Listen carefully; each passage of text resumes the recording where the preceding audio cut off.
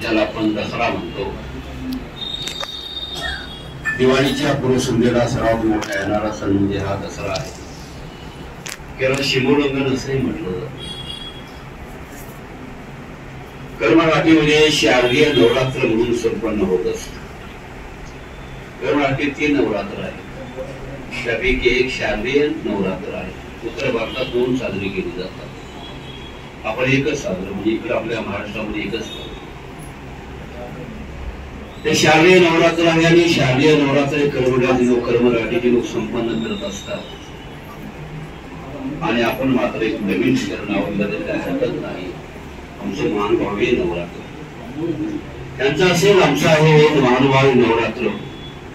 आणि गेले 9 दिवसाचा 9वा दिवस आहे आणि त्याचा सांगता समारोह आहे. प्रतिवर्षाप्रमाणे तुम्हाला सांगतो की वर्षातून 3 वेळा आपण एकत्र असतो. एक छोटे पर्व आहे, दसरा पर्व आहे की गुढीपाडवा.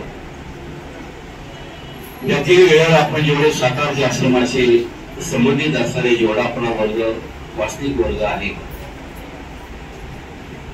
तो सगळा आपला वास्तविक वर्ग आपण एकत्र या ठिकाणी जमत आपली बरीच वर्षाची परंपरा आहे. आणि कसाच याही वर्षी आज आपल्याला हा दसऱ्याचा दिवशी आपण आज सीमोल्लंघन दसरा म्हणा, विजयादशमी म्हणा, आपण या ठिकाणी संपन्न करतो. आणि त्या निमित्तानं आपण सर्वांना एकत्रित झालेला आहात. सर्वप्रथम आपण सर्व धर्मबंधू आहेत, धर्मभगिनी आहेत, धर्ममाता आहेत. आपल्या सर्वांना अभिवादन दंडवत प्रणाम करतो.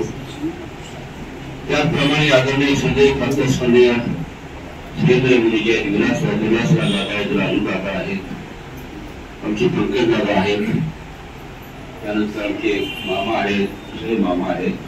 आणि या कार्यक्रमाचे निर्मितीचे प्रवासक आदरणीय सगळे म्हणजे कावेराज दादा बाकी खामकर साहेब.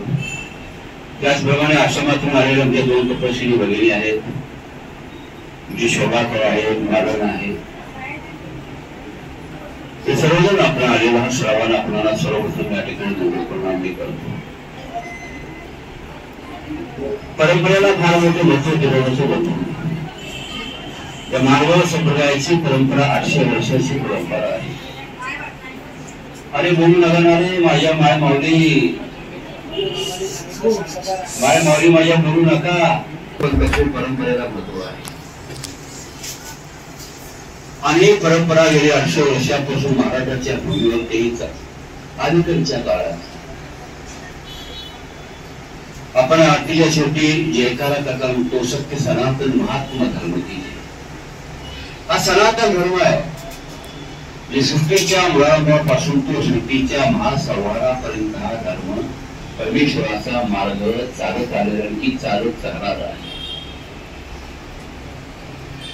देवतेचा भय्याग असतो तो ज्यात्या युगीचा भय्याग ज्यात्युगी वर्तला जातो, परंतु परमेश्वराचा हा जो मार्ग आहे, परमार्ग आहे, ब्रह्मविद्या मार्ग जो आहे, तो ब्रह्मविद्या मार्ग या ठिकाणी 4 युगामध्ये हा प्रवाहित होणारा मार्ग आहे. आणि म्हणून परंपरा फार मोठी महत्वाची असते. परंपरेला त्या विचार असतात. कुठल्याही धर्माची पंथाची स्थापना करते म्हणजे फाउंडेशन असते, तत्व काय असते त्याची असतात. आणि म्हणून मानवबद्धाचे तत्वज्ञान आहे. कोणी एका विग्रहानं किंवा अज्ञान विग्रहानं, कोणी ब्रह्मांडाचं, कोणी मनुष्यानं सांगितलेलं तत्वज्ञान नाही. सांगितलेलं तत्वज्ञान नाही आहे. पूर्ण परब्रह्म परमेश्वर अवतार दत्तात्रय महाराज असो, गोपाल कृष्ण महाराज असो, दत्तात्रय महाराज असो, गोपाल कृष्ण महाराज असो की आमचा साधनदाता असो, जीवाला या बंधनातून मुक्त करण्याकरता आणि आपलं हे अक्षेत्र देण्याकरता आणि जीवाची या संसारूपी दुःखातून सुटका व्हावी, तो भ्रमणचक्रातून मुक्त व्हावा याकरता परमेश्वर अवतीर्ण होतात.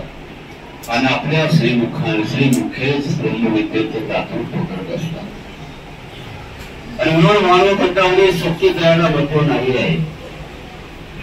आमच्या परंपरेतून जे काही तत्वज्ञान चालत आलेलं आहे, जो सूत्रपाठ आमच्या केशरांदासांनी पंडित केशरांदासांनी भक्तदासांच्या निर्देमाने लोकप्रकरण असेल, शतत्रय आचार असेल, शतत्रय विचार असेल, कृष्णांत आहे, दाक्षिणात्मिक आहे, लापणिक आहे, असा भक्तदासांच्या विक्रमाने भक्तदासांना कसो अन्वय लावलेला आहे.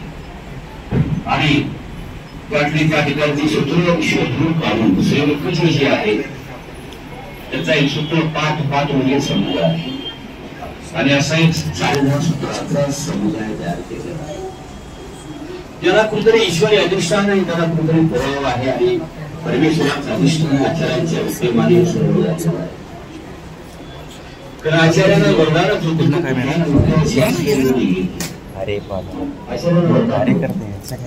आणि म्हणून आचार्यांचा प्रत्येक शब्द आणि त्याची असं निघणार नाही, असं वाक्य श्रीमुखाचे परमेश्वराचा वरद त्यांच्यावरती आहे. आणि म्हणून ज्यावेळेला पंडित दास असतील, केशराज त्यांनी शास्त्राची यांच्या त्या ठिकाणी बांधणी केली, नाही करता असतील बांधणी शास्त्राची केली, प्रेरणाचे असो कारण की ब्रह्मशास्त्र असो, ही बांधणी केली ती आचार्यांच्या विद्यमाने बांधणी केलेली आहे. आणि आचार्य ईश्वर वरदानाचे आहेत, ईश्वर वरदानाचे आहेत. आणि मराठीतून आमच्या स्वामींनी रूपणगिरी म्हणून मराठीतूनच आमच्या आचार्यांनी सुद्धा सांगितलं की तुमचे संस्कृत बाजूला ठेवा आणि मनाच्या भाषेतून श्री चक्रधर प्रभूंनी जे काही ज्ञान सांगितलेलं आहे ते ज्ञान मला मराठीतूनच इतर लोकांना, सामान्य लोकांमध्ये पोहोचलं पाहिजे, तत्वज्ञान ब्रह्मशास्त्र पोहोचलं पाहिजे म्हणून तुम्हाला त्यांच्या आचार्याने सुद्धा मराठी विषय आग्रह. कारण संस्कृती पांडित्य लोकांची भाषा होती, सामान्य माणसाला संस्कृती आवडत नाही. आणि म्हणून आमच्या स्वामींनी मार्ग निवडला तो सुद्धा तुम्हाला सांगतो की मराठीचाच मार्ग निवडला.